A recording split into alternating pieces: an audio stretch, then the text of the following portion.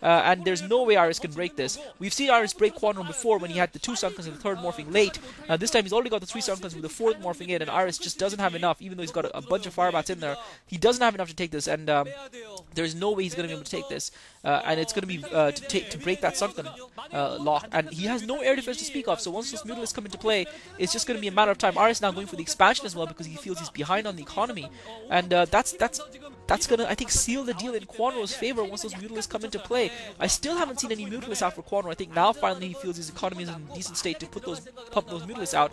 Iris now starting up that engineering bay. The question is whether he'll be able to get a decent number of turrets out in time to be able to do anything about it. Remember, Iris has taken a huge hit to his economy as well. He lost a lot of SCVs, lost a lot of mining time as well in that defense, whereas Kwanro's economy was virtually unharassed, bar I think that one drone kill that SCV got from Iris' initial scouting, and now Kwanro with the Mutalisks out. And yeah, I mean, we're talking about the scoring system and the accumulated advantage in StarCraft, and Iris now rushing back with that Medic and Marine group. That's the only control group he's got. He's got the engineering bay up in time. Whether or not, I don't think he's going to be able to really build a significant number of turrets, if any, before those Mutalisks come into play in his base. And those Mutalisks are coming in. They're going to play. Turrets, stay away. The Mutalisks are here to play. Poor Iris had a chance today, but it looks like it might be gone now, and Iris just trying to ward those Mutalisks off, buy himself the time, but Kwanro picking off those Marines, and Iris doesn't have a lot of them to start with. He really doesn't have any to spare. Those Marines aren't like raindrops, they aren't plentiful in number, they are more like a drizzle, and Iris's drizzle is being effectively thwarted here by Kwanro's Mutalisks, and he's going to lose his entire Medic and Marine force. All the Marines are down. He does manage to get a couple of turrets up in his main though, but he's lost a lot of Marines in the process, and he is really struggling to hold on here. Korean fans enjoying their StarCraft. Iris going to lose that SCV as well, and I think he's effectively lost that natural expo that he was trying to get up. I think he's been forced to cancel that. No, he hasn't been forced to cancel. He's been forced to lift it up after having built the command center, and now putting another barracks down. But Kwanro in a really strong position in this game, and I just really see Iris struggling to try and get back in this. He's continuing to pump those Mutalisks out, and Iris just desperately trying to hold on to his defense. He's trying to get another turret up within range of those racks, but that SCV building that turret finally is now complete. Iris putting the 3rd racks down as well, but he just doesn't have the production right now or the economy to be able to keep up with Kwanro with so many Mutalisks, and Iris just trying to stay alive with those SCVs, but you can see with those turrets, but you can see Kwanro coming in to pick those SCVs off almost at will as they hover around the perimeter of Iris' base, and that 3rd racks, Iris not able to get it down because Kwanro continues to kill the SCVs, and Iris is losing those Marines as soon as they pop pretty much from that expansion as well. Kwanro now has got a Hydralisk den out as well. We might see a couple of Lurkers coming in to help Kwanro close the deal out, and it does look like Kwanro is going to be going through the finals, and this is going to be absolute heartbreak for Iris, being 2-0 up and then losing in the fashion that he's lost. I felt initially playing too aggressively. In this game he played standard, and perhaps you can see that Iris was maybe justified in his choice of playing aggressively, because when he played on this occasion he played standard and he was outdone by Kwanro's aggression. And I guess I feel personally that the scout was a large part. If Iris had scouted that build a little bit earlier, he would have been much better placed to defend against it. He would have put perhaps a bunker down and been in a solid position to defend against it. As it was, he didn't, and so therefore he couldn't. And Kwanro's aggression paying off for him, even though Iris had the 4 SCVs in front. I think for a lot of players that would have been enough to ward them off. But Kwanro just he doesn't know what a wall is. He doesn't see the wall. He just goes right through and bangs his head against it. And sometimes the wall breaks. Occasionally Kwanro ends up getting a headache, but usually he manages to make the wall fall down, and he's managed to do that against Iris today. I feel Kwanro with a large group of Mutalisks continuing to just wreak devastation at Iris' main, and Iris doesn't really have a lot to cope with it. And coming back to the whole, once again, hopefully I get a chance to finish my thought this time, the accumulated advantage debate in StarCraft. The score doesn't get reset at each time you score. In fact, it's the opposite. When you score against an opponent in StarCraft, it's like one of their players gets a yellow card or has to sit out of the game for like 5 minutes or something like that. And if you score heavily enough against your opponent, it's like they lose players permanently from the game.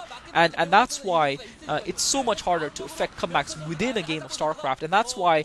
and the other thing about StarCraft is that StarCraft isn't one of those finite time games. It's not like football, which is 90 minutes. I'm not going to get into the American football versus soccer debate right now, guys. We're going to save that for another time. Save that material for another occasion.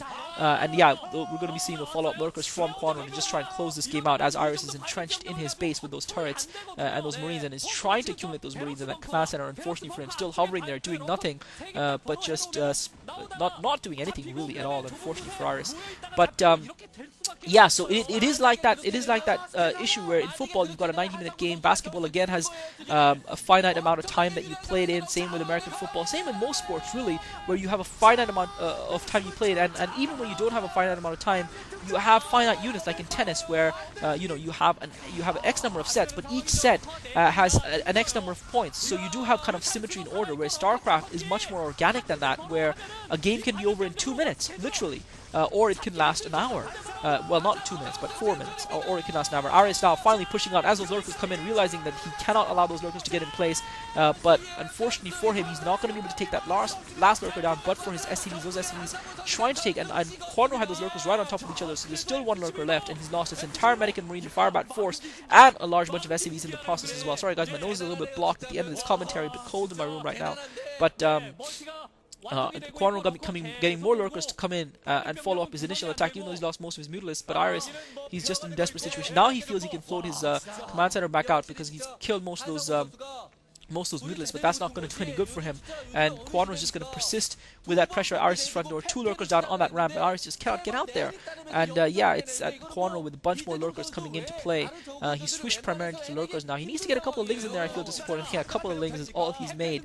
He's just relying primarily on lurkers, and really, Iris doesn't have enough units to be able to do much about it. But yeah, it's only a matter of time before Kwanro closes this game down.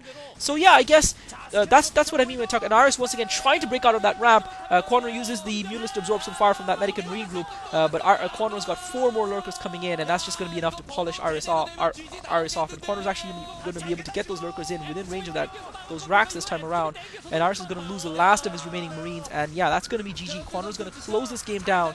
That is going to be GG, folks. Kwanro is going to take the series, and Iris, unfortunately, on the other end of the kind of punishment he dealt to Byz3 in the previous round, he's going to go out. It's not to be. Kwanro triumphs.